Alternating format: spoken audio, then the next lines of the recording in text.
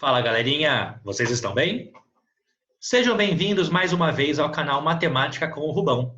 Eu sou o professor Rubem Carneiro e nessa nossa aula nós daremos continuidade ao estudo das inequações, falando sobre aquelas inequações que as nossas expressões elas possuem potências ou raízes. Agora, para a gente entender bem esse assunto, eu quero primeiramente dividir nossa aula em duas partes. Vou falar primeiro sobre as potências e depois sobre as raízes. E, além disso, falando de potências, antes de nós falarmos realmente das inequações, vamos lembrar alguns fatos importantes sobre a potenciação de números reais. Então, a primeira coisa, ó, se o n ele é um número diferente de zero, quer dizer, eu quero que o meu expoente não seja zero, porque eu sei que qualquer coisa não nula elevado a zero sempre vai dar 1. Então, eu quero saber qual vai ser o sinal do A elevado a N. Provavelmente você se lembra que, dependendo do tipo de N, eu já tenho certeza do sinal de A elevado a N. Como assim? Olha só, se o N ele é um número par, já escrevi acima que ele não vale zero, então ele é 2, 4, 6, menos 2, menos 4, menos 6. Eu sei que qualquer número real não nulo elevado a expoente par, ele é positivo. Então eu sei que o A elevado a N, ele vai ser positivo. Agora, e se o A vale zero? O número nulo, o zero, elevado a qualquer coisa não nula, ele vai dar zero também. Então, A elevado a N é maior ou igual a zero. E se o nosso n ele é um número ímpar, o que acontece com A elevado a N? Isso aí, ele vai ter o mesmo sinal do A. Então, se o A é positivo, um número positivo elevado a expoente ímpar, ele continua positivo. Se o A for negativo, um número negativo elevado a expoente ímpar continua negativo. Então, A elevado a N possui o mesmo sinal do A. Legal, isso aqui a gente já sabia, mas como é que eu posso aplicar isso aqui num exercício envolvendo potências? Perdão, envolvendo inequações. Olha só que bacana. Exemplo 1 da nossa aula. Então, eu quero resolver a inequação x menos 2 elevado à quarta potência vezes x menos 3 elevado à quinta potência maior ou igual a zero. Então, primeiro, não tente resolver elevado à quarta. Vai ficar uma expressão do quarto grau, vai aumentar muito a dificuldade para resolver o exercício. A mesma coisa acontece com a quinta potência. Então, qual é a melhor coisa a fazer? A melhor coisa a fazer é perceber que eu tenho uma inequação produto, então eu vou estudar o sinal de cada uma das partes para, a partir daí, poder resolvê-la. Então, aqui eu vou ter a parte que eu vou chamar de A e a parte que eu vou chamar de B. Como nós conversamos em aulas anteriores, para estudar os sinais, eu sempre vou calcular a raiz, eu vou igualar ele a zero. E repara que se eu vou igualar x menos 2 elevado à quarta a zero, a quarta potência pode passar como uma raiz e fica só x menos 2 igual a zero. Em outras palavras, quando eu tenho expressões elevadas a expoentes, na hora de achar as raízes, eu posso ignorar esses expoentes e somente igualar as bases, igualar as minhas expressões a zero. Tudo bem? Então, vamos lá, escrevendo isso. Ó. X menos 2, vamos só especificar que isso aqui é a parte A, para ninguém ficar atrapalhado aqui. X menos 2 igual a zero, estou calculando a raiz, então eu sei que o x é igual a 2. A parte B, eu tenho que x menos 3 igual a zero, então x é igual a 3. Assim que eu calculo, que eu encontro as raízes, eu posso usar a reta dos reais para estudar o sinal das nossas expressões. Ó. Então, aqui, a primeira reta, a segunda reta e aqui a reta para a nossa resposta. Então, aqui, ó, parte A, parte B e a resposta que seria A vezes B. E eu vou colocar esses dois valores em ordem crescente. Ó. Primeiro vem o 2, depois vem o 3. Então, esquece ainda os expoentes. A parte A era uma expressão do primeiro grau, é x menos 2. Eu estou esquecendo os expoentes. Primeiro grau, x menos 2, o gráfico seria uma reta, e como o cara que multiplica o x, tá? O nosso coeficiente angular é positivo, a minha reta ela é crescente, passando pelo 2, ó, bem pequenininho aqui, para não ficar aquele rabisco gigantesco. Quer dizer que antes do 2 é negativo, depois do 2 ele é positivo. A parte B, mais uma vez, ignorando o expoente, é uma expressão do primeiro grau. Crescente, porque o coeficiente angular é positivo, passando pelo 3. Quer dizer que antes do 3 ela é negativa e depois ela é positiva. É nesse momento que eu vou lembrar que existiam expoentes. Então, olha só, a parte A está elevada à quarta potência. Qualquer número elevado à quarta potência, já que 4 é um número par, vai ficar positivo. Quer dizer que a reta A inteira vai acabar ficando positivo. Então, ó, o negativo vai virar positivo e os positivos continuam positivos. Isso, repetindo, por conta da quarta potência. A parte B, ela está elevada à quinta potência. E já que 5 é um número ímpar, eu sei que a minha potência vai ter o mesmo sinal do A, ou seja, a minha reta permanece com os mesmos sinais que eu já havia encontrado. Então, elevada a expoente par, fica tudo positivo. Elevada a expoente ímpar, permanece com os mesmos sinais. Agora, é só terminar como nós já sabemos. Regra de sinal, menos, menos e mais. A partir daí, ó, eu quero maior ou igual a zero. Maior que zero é sinalzinho de mais. E, como tem igual, todos os valores vão ser fechados. Ó. Fechado aqui e fechado aqui. Ah, mas o 2 é fechado? Sim. Não é porque ele não tem lá um intervalo pintadinho perto dele que eu não vou pensar nele. Tá? O 2 ele era uma raiz da minha expressão. A desigualdade tem o igual, então todas as raízes vão ficar fechadas. Desse modo, o nosso conjunto solução, vamos começar pelo intervalo. Ele começou no 3, que é fechado, e foi até o mais infinito. Só que, além disso, tem o 2 que está lá sozinho. Então, ó, união, já que o 2 não possui intervalo, ele aparece dentro aqui da nossa chave. Tudo bem? Então, essa foi a primeira parte da aula. Falamos sobre potências.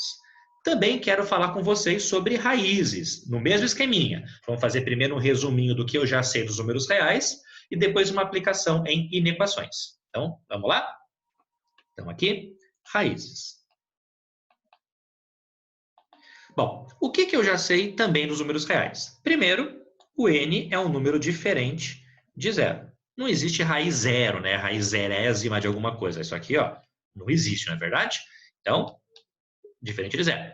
E aí a nossa raiz também pode ter índice par ou ela pode ter índice ímpar, com uma pequena diferença em relação à potenciação. Vamos começar pela mais fácil, pelo ímpar. Então, se n ele é um número ímpar, ou seja, raiz cúbica, raiz quinta, raiz sétima, raiz primeira, algumas pessoas dizem que existe, mas é meio bobo falar raiz primeira, porque a raiz primeira de um número seria ele mesmo. Então, se o n é um número ímpar, a raiz enésima de A existe?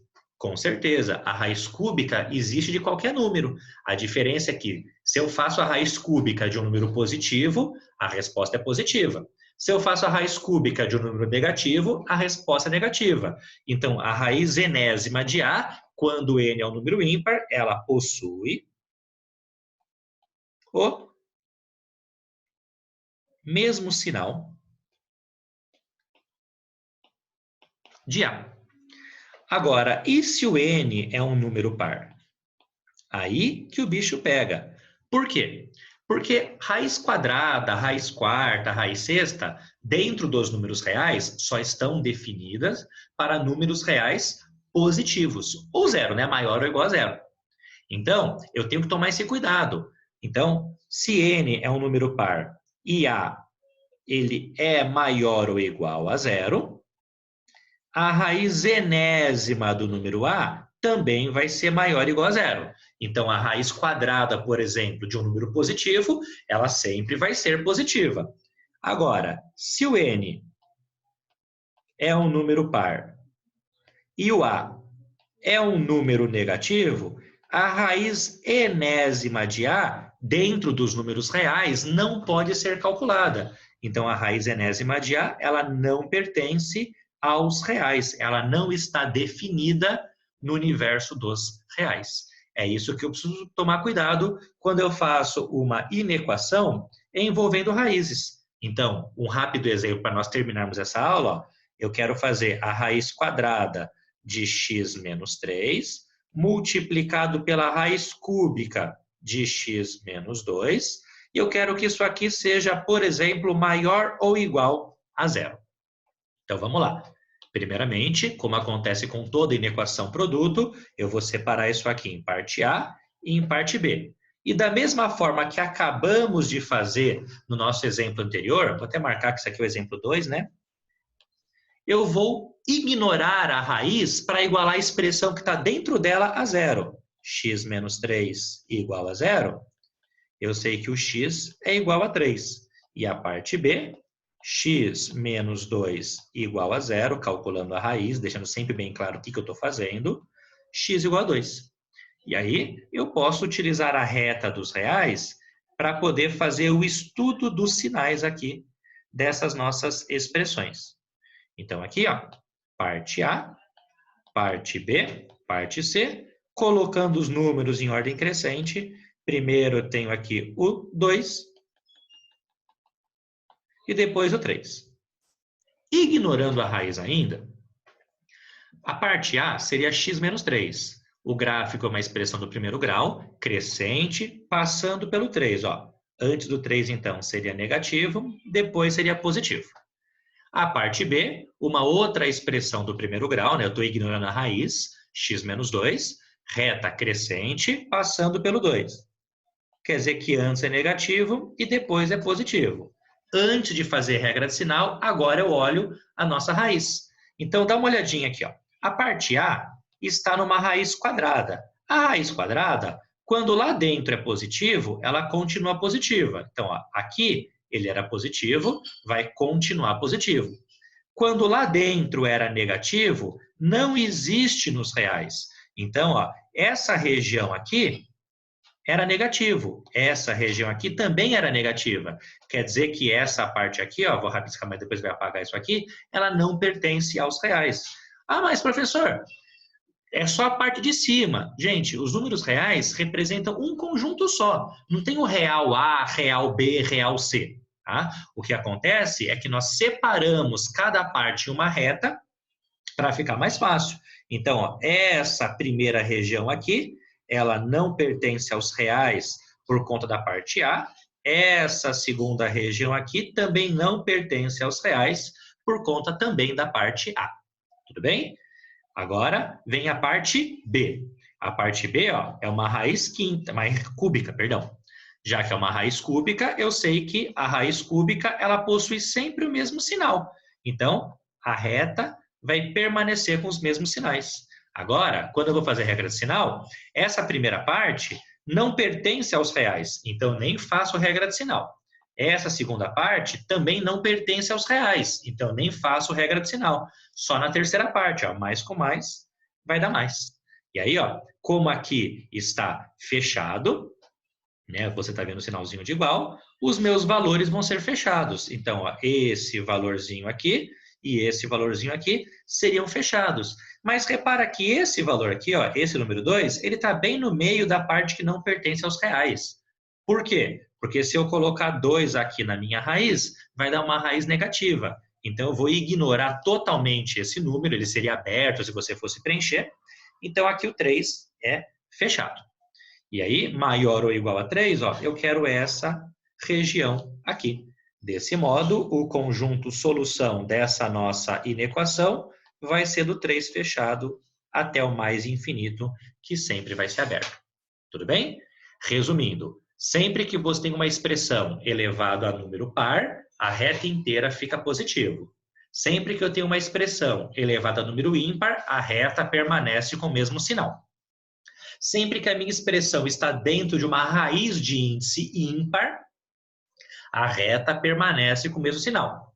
E sempre que a minha expressão está dentro de uma raiz com índice par, O pedaço da reta que era positivo continua positivo e o pedaço da reta que era negativo agora não pertence aos reais. Tudo bem, gente? Nós nos vemos na próxima aula. Um abraço a todos vocês e até lá!